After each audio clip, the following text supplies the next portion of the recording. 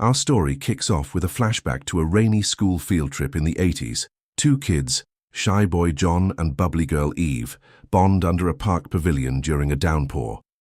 They exchange phone numbers scribbled on scraps of paper, giggling about their shared birthday, both born on April Fool's Day.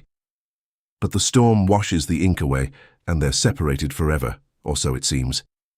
Fast forward to present-day Taipei, where adult John and Eve live in adjacent apartments in a quirky old building, their units separated only by a thin wall.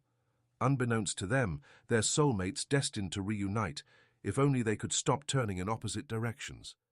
John Liu is a talented but reclusive violinist, practicing endlessly for his big break with the Philharmonic. He's meticulous, allergic to cats, and haunted by a controlling manager who treats him like a puppet. John's routine is rigid. He always exits his building and turns right, heading to rehearsals or quiet cafes. On the flip side, Eve Choi is a passionate translator of Polish romance novels, pouring her heart into words of eternal love while dealing with her tyrannical boss, a diva author who demands rewrites at midnight. Eve's dreamy and disorganized, with a pet cat that wanders freely.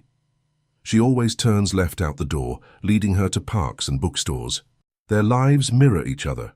Both sip the same brand of coffee, hum the same tunes, and feel an inexplicable loneliness in the crowded city.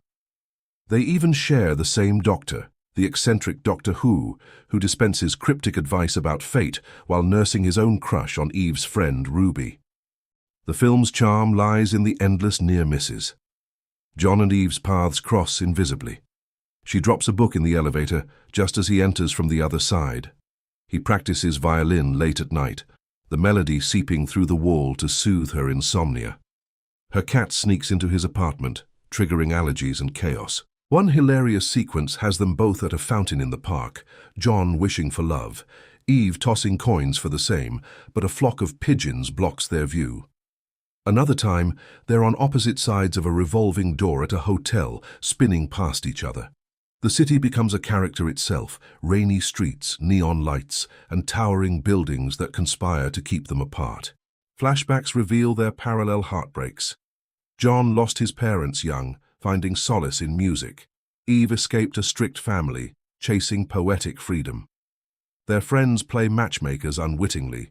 Ruby sets Eve up on blind dates that flop, while John's buddy pushes him to socialize. Tensions build as small clues hint at connection. Eve finds an old photo from the school trip, triggering vague memories. John hears her laughing through the wall and feels drawn to knock, but shyness wins. A subplot involves a mysterious Polish poem Eve's translating, about lovers separated by a wall, mirroring their plight. The turning point comes during a massive earthquake that shakes Taipei. As buildings tremble, the thin wall between their apartments cracks and crumbles, literally breaking down barriers. In the rubble, they finally lock eyes, recognizing each other from childhood. "You look familiar," John stammers. Eve smiles. "We've been neighbors all along." Chaos ensues with aftershocks, but they escape together, sharing stories under the stars. The quake symbolizes fate's intervention, forcing them to meet in the middle.